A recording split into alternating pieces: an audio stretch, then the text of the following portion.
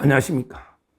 이번 대선에 세대별로 보면 가장 승부처가 어딘가?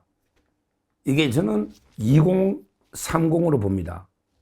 오늘 이제 머니투데이 기획 특집 기사가 실렸는데요. 청년들을 30몇 명을 직접 인터뷰한 게 있는데, 거기에 보면 이제 여론조사가 하나 있습니다. 3년 전에 대선하고 비교해서 가능하게 투표를 확실하게 하겠다. 이런 식으로 투표 의사가 확실하게 높아진 게 2030이에요. 다른 계층은 원래부터 투표하겠다는 게 높았고 지금도 높아요. 근데 3년 전에 2030은 정치에 관심도 없고 주로 투표율도 낮았어요. 근데 이번에 3년 전과 비교해서 했더니 다른 세대에서는 비슷한데, 근데 2030은 8.9%가 이제 상승을 했어요. 그러니까 3년 전보다 확실하게 정치 관심을 가지고 투표해야 되겠다. 이게 8.9%가 올랐다는 거예요. 그리고 이제 2030은 보통 캐스팅 보트처럼 왔다 갔다 스윙 보트입니다. 스윙 보트. 근데 이슈마다 이리 갔다 저리 갔다 확고하게 그건 없어요. 4050은 좌파가 많아요. 이재명이 아직도 한 60% 육박합니다.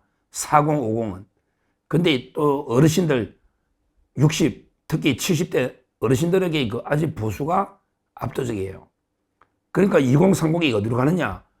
여기에 따라서 상당히 판세가 좌우되는 스윙 보트, 제대로 중요한 계층이다. 그리고 이제 2030이 정치 관심도가 엄청나게 올라간 거예요. 저만 봐도요. 저희 집에도 아들, 딸 2030이 있는데, 20. 계속 옛날에 정치에 아무 관심 없다. 요즘은 아빠 저거 김문수가 뜨고, 이준석이가 뜨고, 이재명이가 뜨고, 계속 이야기를 해요. 와, 이게 정치 관심이 많은 거예요. 특히 계엄 이후에 자유대학이나 청년들도 대학생들도 많이 관심을 가지고 있고, 하여튼 이제는 정치가 내 미래를 좌우하는구나. 내가 좀 정신 차리고 정치에 관심을 가지고 제대로 주권 행사해야 되겠다. 이런 데 청년들이 많아진 거예요. 진짜 정치가 본인의 생활의 피부로 와닿으니까 관심이 높아질 수밖에 없어요. 자, 그러면 이게 일반적으로 청년들이 어떠냐? 이게 참 특이한 게요. 솔직히 말하면 이게 이재명, 김문수는 별로 두 분 다 인기가 없는 거 맞아요. 청년들이. 오히려 청년들은 이준석이나 아무래도 홍준표 쪽에 좀 관심 있는 분이 많아요. 그런데 냉정하게 분석해 보면 홍준표는 원래 20, 30대 좀 많았고, 근데 그래서 홍준표가 이번에 이준석이 지지해버린 거 아닙니까? 이준석이 찍으면 사표가 아니다. 이준석이 찍으면 미래를 향한 투자다. 이런 식으로 지지해버린 거 아닙니까?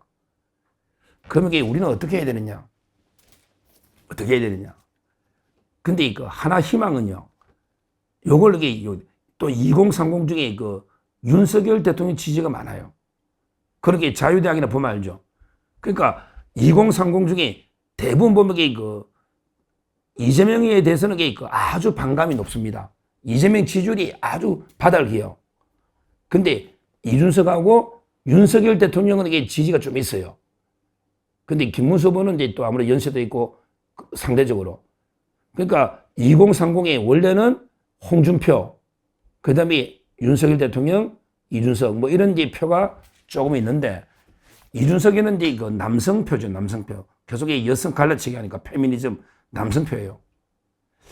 이런 데 구도인데, 저는 아마 2030 표를 가져올 때는 윤석열 대통령이 큰 도움이 필요하다 봅니다. 윤 대통령이 강하게 김문수 후보를 지지해 주는 게 필요하다 봐요. 하고 있잖아요. 그러니까 근데 그걸 김문수 후보는 극대화해야 됩니다. 윤 대통령이 도움 많이 됩니다. 중도 일부는 어떨지 몰라도 특히 청년들을 볼 때는 윤 대통령의 결단이 옳았다고 보거든요. 청년들은 특히 또 중국에 대한 강한 혐오감을 가지고 있습니다. 왜? 자기들 미래를 갉아먹는 세력으로 보는 거예요. 이재명이 뿌리는 거 이거 제일 싫어해요. 청년들에게 뿌리는 걸 제일 싫어해요. 왜? 자기가 갚아야 될 빚이니까.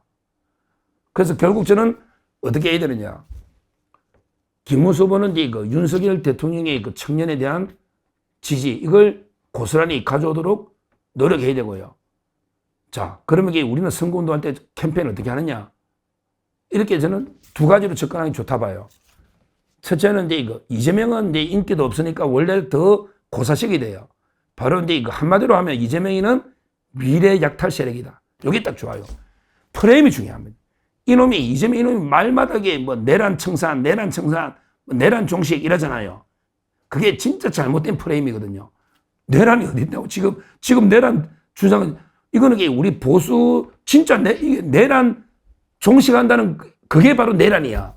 왜냐하면 이게 자유우파 국민을 전부 다 내란 세력으로 몰고 전쟁하자. 이게 내란이야.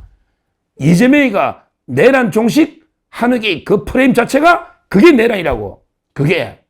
근데요, 진짜 이거는 이재명이 청년 세대 만나면 한마디로 그냥, 야, 미래 약탈 세력이야.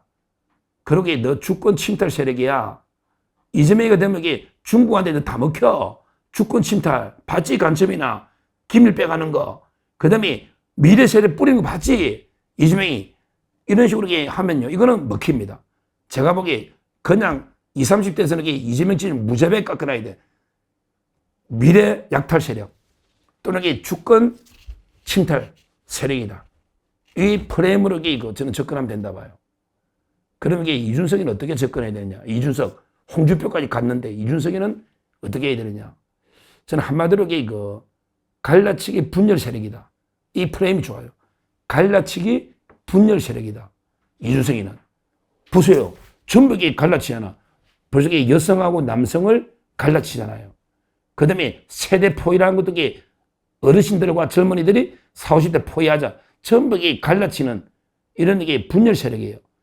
벌써 이준석이가 나이는 어려도요, 정치 공학에 아주 뛰어난, 정치는 오래 했거든요. 그러니까 청년들한테, 야, 너 이준석이가 물론 사표도 강조해야 되지만 그렇게 냉정하게 한번 보자. 전부 갈라치는 분열 세력 아니냐. 지금 우리가 통합해가지고 우리 자유대한민국을 수호해야 되는데 지금 그러면 똘똘 뭉쳐야 되지 않냐. 근데 이제 이준석이는 갈라치면서 계속 뭘든 갈라치잖아. 세대별로, 성별로 전부 갈라치고 있는 거죠. 그 다음에 또 하나 공격할 지점은요, 지나치게 엘리트주의입니다. 이준석이는 본인이 과학고 하버드 쪽에 어쩌고 복수전공 어쩌고 저쩌고 하면서 지나치게 엘리트주의예요. 그러면 청년들이 볼 때는 그걸 싫어합니다. 솔직히 하버드 대학 논사에 우리나라 몇 명 있나요? 그런 거 엘리트주의 싫어합니다. 항상 대중과 함께 해야 되거든요. 청년들과 함께. 그 점에서 저는 오히려 이준석에 대해서는 상당히 갈라치는 분열 세력, 또 지나친 엘리트주의 이래가는 청년의 미래를 못 맡긴다. 이렇게 우리가 접근하고요. 더군다나 더 필요한 건 사표거든요. 홍준표가 전혀 잘못 알고 있는 겁니다. 사표란 게 뭐냐? 이번에 이준석 찍어줘봤자 죽은 표예요. 그 이준석한테도 장기적 도움이 안 돼. 왜냐하면 이준석은 이번에 단일화해가지고 죽기 살기로 뛰는 게 본인한테 장기적으로 좋거든요. 그러면 당에 들어와서 제대로 역할할 수도 있고, 끝까지 완주해가 10%도 받자 무슨 미래가 있어요? 5년 뒤에 무슨 일이 생길지 누가 알아요? 그러게 말도 안 되는 이야기고, 그리고 지방선거부터 개혁신당이 사람이 없는데 지방선거 개판이죠. 안 합치고는 안 돼요. 결국에 독불장 혼자서 미래가 없잖아. 오히려 진짜 이준석의 미래를 생각하면 무조건 단일화해서 김문수 후보 죽기 살기로 밀어서 김문수가 되면 당대표든 총리든 대박이고, 김문수가 안 돼도 당권이나 당이 들어와야 한동훈이하고 게임이 돼가지고 보수 미래를 가지고 싸우잖아요. 그러니까 우리가 설득할 때 청년들, 우리 지금 아들, 딸, 제 구독자 중에는 한 3만 정도가 20, 30대, 3만 정도가 있습니다. 구독자. 우리 세대별로 구독자에게 척이 나오거든요. 한 3만 명? 그러니까 직접 보는 청년도 있어요.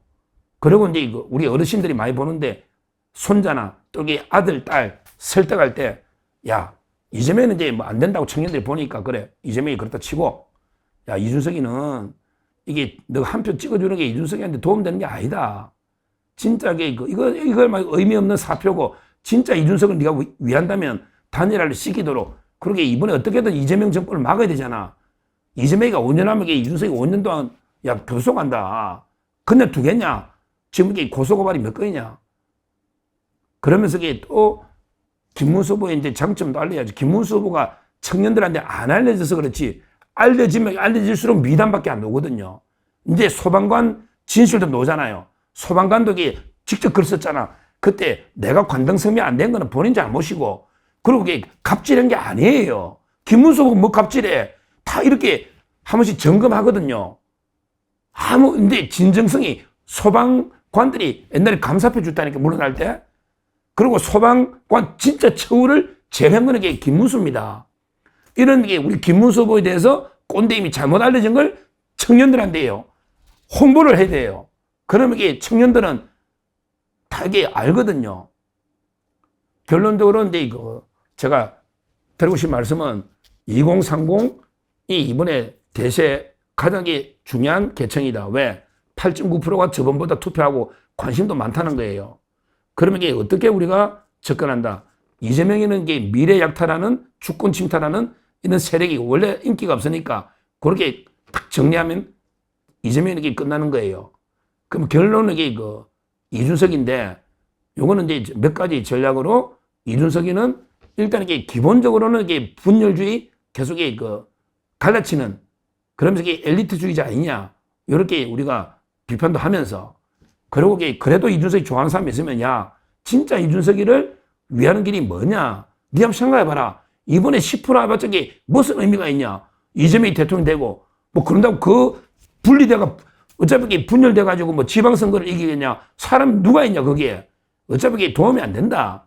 진짜 이준석이 한다면 생각해봐. 단일해가지고 이기면 완전히 이준석이 1등 공신이다.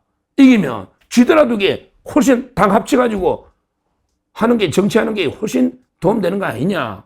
진짜 네가 이준석이를 생각한다면 오히려 단일화가 맞다. 이렇게 설득하고 이준석이 가능하면 분열 세력 엘리트주의 비판하고 그래서 마음을 그 다음에 김문수 후보의 미덕을 계속 알리됩니다. 김문수 후보가 20, 30대 인지도가 낮아서 그래요. 이게 미덕을 까도 놓은 미덕을 알리면요. 청년들도 나이는 숫자에 불과한 거니까 나이 보고 찍는 게 아니에요.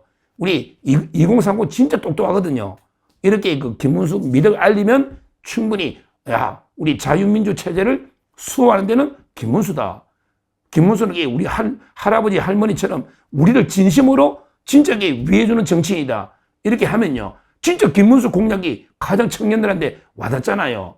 이렇게 우리가 홍보를 하고 그리고 이제 윤석열 대통령 도움이 필요합니다. 지금 청년들이 윤 대통령 지지하는 사람이 아주 많아요.